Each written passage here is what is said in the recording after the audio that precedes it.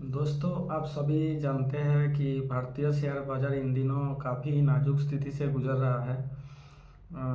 हम लोगों ने पिछला सितंबर महीना से काफ़ी उतार चढ़ाव देखे हैं मार्केट में। उतार चढ़ाव गलत बोलने से मतलब एक तरफा गिरावट ही देखे हैं, कहाँ से कहाँ तक पहुंच गया था निफ्टी। तो इसका पीछे मेन फैक्टर यही था कि पिछला साल का सितंबर महीना से एफआईआई कंटिन्यू अपना जो पैसा भारतीय मार्केट से निकल के बाहर जा रहा था। तो एफआईआई एक्चुअली कौन होता है ना, फॉरेन इंस्टीट्यूशनल इन्वेस्टर लोग, जिन लोग एक्चुअली भारी मात्रा में कोई भी मार्केट में इन्वेस्ट करता है और मार्केट को बहुत ही बुरा तरीक़ा से प्रभावित करता है। तो वो लोग एक बड़ा फैक्टर था इंडियन मार्केट का ऐसा अचानक गिरने के लिए। तो इस चलते जो लगातार दिन ब दिन महीना भर महीना एफआईआई कंटिन्यू बेच रहा था, वो आंकड़ा आप लोग सर्च करने से आप लोगों को दिख जाएगा। तो इसके चलते क्या हुआ था ना, एक मैसिव फॉल हुआ था। प्लस इसके साथ और भी बहुत सारा फैक्टर था, जैसा इंटरनेशनल जो पॉलिटिकल सिचुएशन काफ़ी बिगड़ा हुआ था। प्लस जो हमारा ट्रम्प साहब है वो आने के बाद एक अनाप शनाप डिसीजन ले रहे थे, तो डर का माहौल एक बना हुआ था। तो वही लगातार सस्टेन करेगा कि इसका सिचुएशन का कुछ चेंज होगा। मतलब एक तरह से ये बोल सकता है कि इंडियन जो शेयर मार्केट का एक लॉन्ग टर्म पर्सपेक्टिव आगे जाके क्या होने वाला है उसका ऊपर ही आज थोड़ा बातचीत करने का कोशिश करेंगे। क्योंकि बहुत सारा लोग जानते ही है कि सामने ही जो अप्रैल महीना शुरू हो रहा है। तो अप्रैल महीना एक बड़ा फैक्टर होता है कोई भी मार्केट के लिए, क्योंकि हमारा जो फिनंशियल ईयर शुरू होता है वो अप्रैल से ही शुरू होता है। तो उसमें बहुत सारा फैक्टर नया चालू होता है, जैसा कि ये जो बजट में कुछ डिसीजन लिया गया उसका जो मतलब लागू होने वाला है वो अप्रैल महीना से ही लागू होगा। प्लस सबसे बड़ा फैक्टर ये है कि 2 तारीख का 2 अप्रैल इसलिए इम्पोर्टेंट है कि फिर से ट्रम्प साहब ने घोषणा किया है कि 2 तारीख से उन्होंने इंडिया का ऊपर जो रेसिप्रोकल टैरिफ है वो टैरिफ लगाने वाला है। तो पहले जान लेते हैं रेसिप्रोकल टैरिफ क्या है।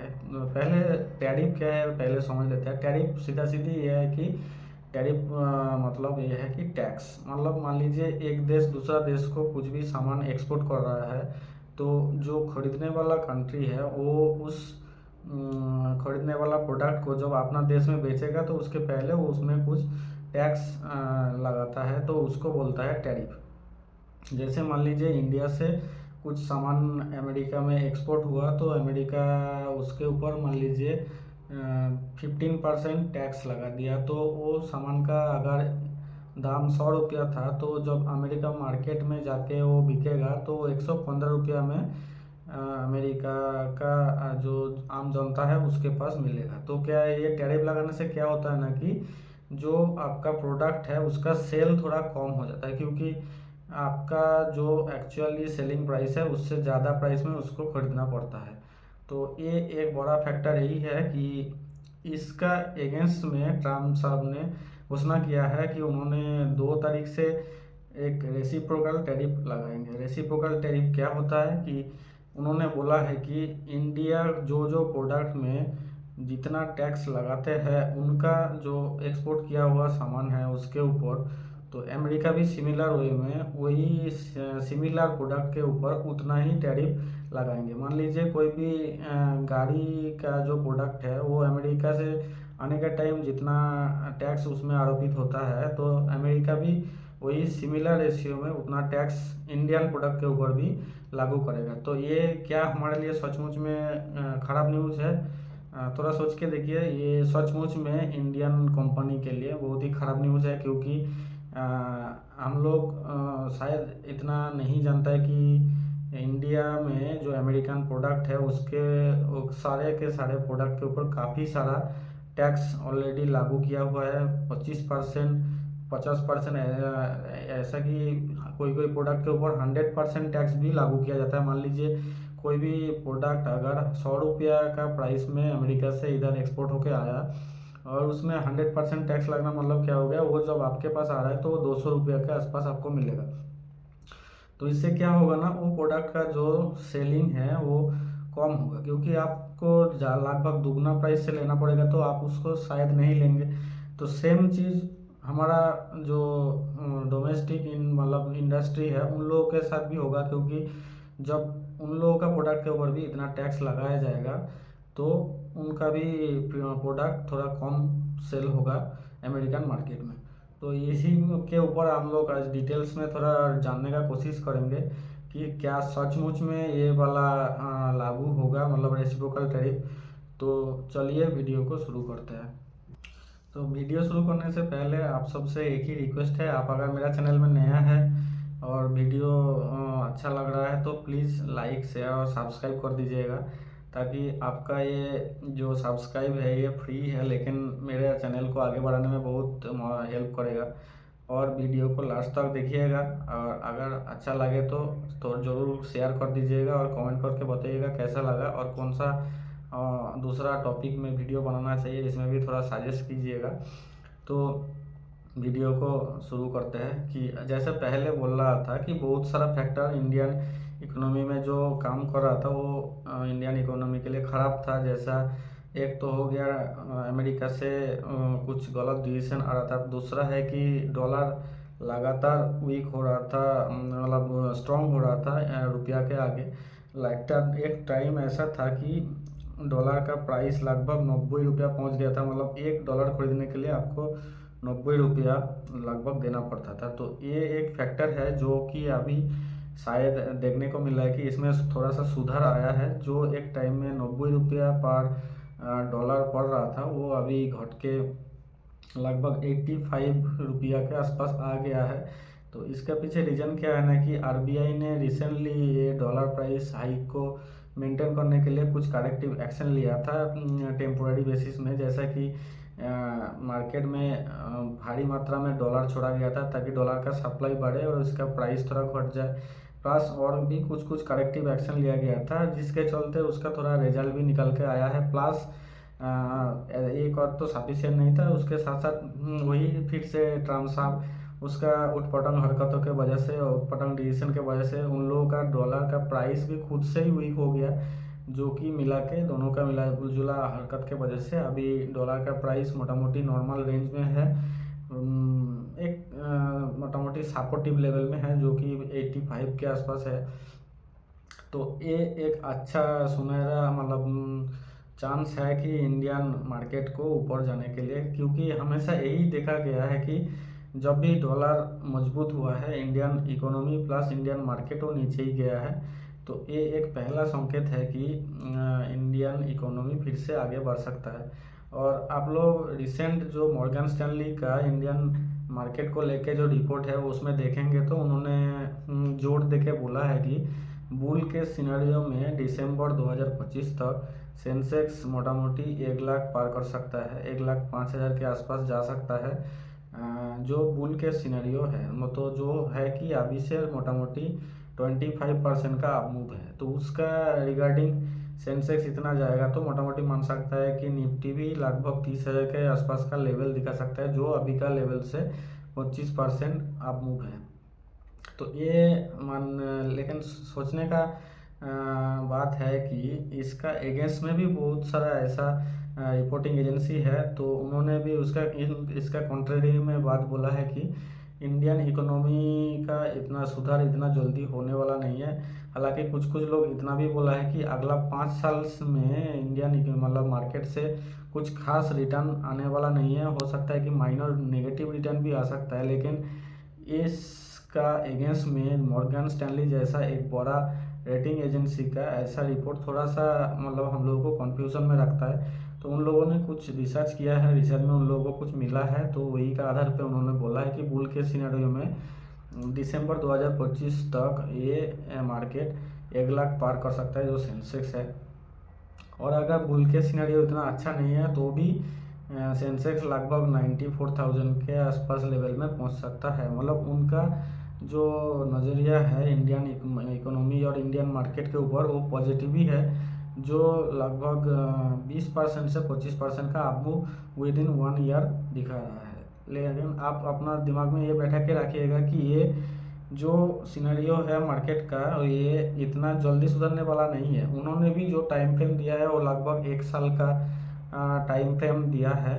तो ये माथा में रखना है कि जो भी होगा 1 साल तो टाइम मिनिमम लगेगा ही लगेगा। तो चलिए देख लेते हैं उन्होंने क्या क्या इसमें पॉइंट दिया है, उनका जो स्टेटमेंट है उसका आधार पर। तो उसके ऊपर थोड़ा नज़र डाल लेते हैं। उन्होंने जो पहला पॉइंट इसका फेवर में बोला है वो है कि जो बाज़ार का हमेशा मेन स्तंभ रह चुका है जो है कि एफआईआई, वो कहीं ना कहीं फिर से इंडियन मार्केट में वापस आते हुए दिख रहा है। और आप लोग भी इसका डाटा अगर गूगल से निकाल के देखेंगे तो देखिएगा, जहाँ पर सितंबर 2024 से लेके हर महीना हर दिन लगातार बेसिस में एफआईआई को भारी मात्रा में बेचने को देखने को मिल रहा था, वो कहीं ना कहीं जाकर रुक गया और वापस आने के भी संकेत साफ नज़र आ रहा है। ताकि इस महीना का जो मार्च में देखिएगा, पहला एक सप्ताह में भी उन लोगों का जो था वो रेगुलर बेस में कुछ ना कुछ पैसा बेच ही रहा था। वो अभी रुकावट आके लगभग अभी इस महीना का एंड तक सिर्फ 4,000 रुपया ही नेगेटिव उन लोगों का दिखा गया है, जो कि काफ़ी अच्छा है। ताकि इसका जो पिछला कुछ महीना में ये कभी 20,000 रुपया, कभी 50,000 करोड़ रुपया, कभी 1 लाख करोड़ रुपया एक एक महीने में बेच के गया है। तो ये एक बड़ा फैक्टर है इंडियन इकोनॉमी को घूमने के लिए। ताकि इन लोगों का जो इन्वेस्टमेंट होता है वो काफ़ी बड़ा अमाउंट होता है। इसके साथ साथ उन्होंने डीआईआई के ऊपर भी बहुत भरोसा रखा है, ताकि डीआईआई हमेशा जो बाज़ार का गिरता हुआ सिचुएशन है उसमें एक बड़ा सपोर्ट बन के खड़ा है हर महीना में। और इसका भी डाटा आप लोग देखेंगे तो ये जितना पिछला 4-5 महीना देखेंगे तो हर महीना बड़ी भारी मात्रा में इसमें खरीदारी किया है।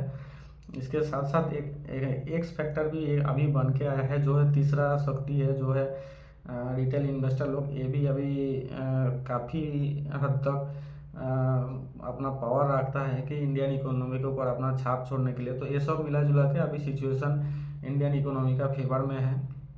दूसरा फैक्टर जो मैं पहले बात कर रहा था कि जो डॉलर रुपया का इसमें थोड़ा सा वीक हुआ है, मतलब रुपया का थोड़ा सा सुधार आया है।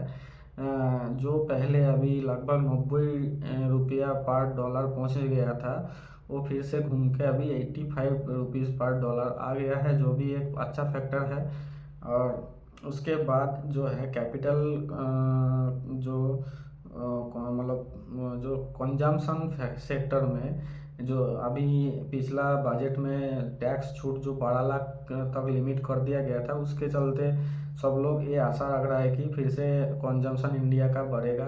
ताकि आपका हाथ में अगर पैसा आएगा तभी ना आप कुछ इसमें मतलब कुछ सामान खरीदने के बारे में सोचेंगे। जो एक टाइम में ऐसा था कि आदमी फालतू में पैसा खर्चना थोड़ा ख़राब चीज़ समझ के थोड़ा कंजम्पशन को कम कर दिया था, जो कि अभी हो सकता है इसमें कुछ सुधार आए। तो ये कंजम्पशन बढ़ेगा तो जीडीपी भी थोड़ा बढ़ने का, जीडीपी हालांकि अभी अच्छा सिचुएशन में आ गया है, तो ये और अच्छा सिचुएशन में आ सकता है। और पिछला 1-2 बजट में हम लोग देखे थे कि कैपेक्स में इतना बढ़ोतरी नहीं था। कैपेक्स क्या होता है ना कि सरकार जो आपका डेवलपमेंट खाता में या आपका जो इम्प्रूवमेंट का खाता में जो खर्चा करता है उसको कैपेक्स बोलता है। तो इस वाला बजट में वो दिखा गया है कि कंजम्पशन या कंस्ट्रक्शन या इम्प्रूवमेंट का खाते में काफ़ी सारा अलॉटमेंट किया गया है, जो कि देश का जो मजबूती है इकोनॉमिक स्थिति का वो दर्शाता है अच्छा से। उसके साथ साथ जो कंजम्पशन सेक्टर का कंपनी है उन लोगों का भी अच्छा खासा ग्रोथ दिखा गया है, जो भी काफ़ी अच्छा संकेत माना जाता है इकोनॉमी के लिए। तो ये सब फैक्टर के साथ साथ अभी हम लोग थोड़ा डिटेल्स में बात करने का कोशिश करेंगे। जो 2 अप्रैल को लागू होने वाला है या लागू होने वाला था, बोल सकता है कि जो टैक्स जो ट्रम्प साहब ने लगाने वाले थे, तो वो एक्चुअली अभी का टाइम में सिचुएशन देख के लग नहीं रहा है कि वो लागू हो सकता है। क्योंकि आप सभी जानते हैं कि रिसेंट पास में इन सिर्फ नरेंद्र मोदी जी नहीं, उसका और एक दो कैबिनेट मिनिस्ट्री भी अमेरिका विजिट किए थे और नरेंद्र मोदी जी पर्सनली जाके डोनाल्ड ट्रम्प जी से बात किए थे। और एक स्टेटमेंट में ट्रम्प साहब ने ये भी बोला है कि कि मोदी जी नेगोशिएशन का मामला में बहुत ही मतलब पक्का खिलाड़ी है, शायद उनसे भी बड़ा खिलाड़ी है, उनसे आसानी से कोई भी नेगोशिएशन में जीत नहीं सकता है। और हालांकि ये हमारा ट्रेडिशन रह चुका है इंडिया का कि हम लोग बातचीत करने में ज़्यादा मतलब जोर देता है, ताकि तो प्रॉम्प्ट कुछ एक्शन लेने से हालांकि हम लोगों का बड़ा बड़ा डिसीजन सब कुछ बातचीत में ही सफल होता है। तो उन्होंने भी यही बात बोला है कि उनसे मतलब नेगोशिएशन में जितना इतना आसान नहीं है। वो हमेशा दूसरे को नेगोशिएशन में का फंड में फैल ही देता है, और वो जो होता है कि हमेशा उनका फेवर में ही जाता है। प्लस अमेरिका से भी कुछ लोग मतलब जो गवर्नमेंट का पर्सनल है वो भी इंडिया में बातचीत करने के लिए आए थे। तो उन सबको मामला को देखते हुए ऐसा लग रहा है कि ये शायद जो टैरिफ लगने वाला था ये हो मतलब जो कैंसिल भी हो सकता है, क्योंकि इंडिया भी उसमें कुछ सुधार लाया है। कुछ कुछ टैक्स जो पहले से बहुत ज़्यादा लगा हुआ था उसमें भी कुछ काम किया गया है। तो ये सब देखते हुए ये लग रहा है कि हो सके कि ये वाला लागू ना हो। प्लस रिसेंटली देखा गया है कि जो एशिया का और एक महाशक्ति है जो है चाइना, चाइना के ऊपर ऑलरेडी अमेरिका ने बड़ा टैरिफ लागू कर दिया है, रेसिप्रोकल टैरिफ जो 25% के आसपास है। तो दोनों का जो इकोनॉमी रिलेशनशिप है वो तो ये बोलने का ज़रूरत नहीं है कि दोनों का ख़राब हो ही चुका है, क्योंकि कोई भी कंट्री दूसरा कंट्री के ऊपर जब रेसिप्रोकल टैरिफ लागू करता है तो उसका बिजनेस डेफिनेटली थोड़ा ख़राब हो जाता है। तो कोई भी सूझबूझ वाला आदमी जैसे ट्रम्प साहब ये बिल्कुल नहीं चाहेंगे कि एशिया का दो जो महाशक्ति वाला देश है मतलब मोस्ट पावरफुल देश है वो है अभी इंडिया और चाइना। तो दोनों के साथ एक साथ रिलेशन ख़राब करना नहीं चाहेंगे, क्योंकि उन्होंने ऑलरेडी चाइना के साथ मतलब ट्रेड वॉर एक तरह का बोल सकते हैं कि उन्होंने शुरू कर दिया है। दोनों का इकोनॉमिक रिलेशन ऑलरेडी ख़राब हो चुका है। तो इस सिचुएशन में वो ये बिल्कुल नहीं चाहेंगे कि सेम सिचुएशन इंडिया के साथ भी हो। तो ये देखते हुए लग रहा है कि अभी के लिए शायद हो सके कि ये जो रेसिप्रोकल टैरिफ का बात लागू हो रहा था ये शायद ना हो। तो इंडिया का एक्सपोर्ट हिस्ट्री के लिए ये काफ़ी अच्छा होगा। जो इंडस्ट्री इन अमेरिका में सप्लाई करता है, एक्सपोर्ट करता है, उन लोगों का भी थोड़ा अच्छा राहत मिलेगा, और अल्टीमेटली ये फेवर में जाएगा इंडिया का इकोनॉमी के लिए, इंडिया का मार्केट के लिए। तो आप लोगों को क्या लगता है, आप लोग भी अपना कमेंट में बताइएगा, ताकि आप लोगों का कमेंट से भी मेरे को कुछ नया चीज़ सीखने को मिलता है। और चैनल को प्लीज़ सब्सक्राइब कर दीजिएगा अगर आप चैनल में नया है तो, और ऑलरेडी आप अगर सब्सक्राइब है तो प्लीज़ वीडियो को शेयर कीजिएगा, ताकि और भी लोगों को ये वीडियो देखने का मौका मिले। और आज के लिए इतना ही, नमस्कार।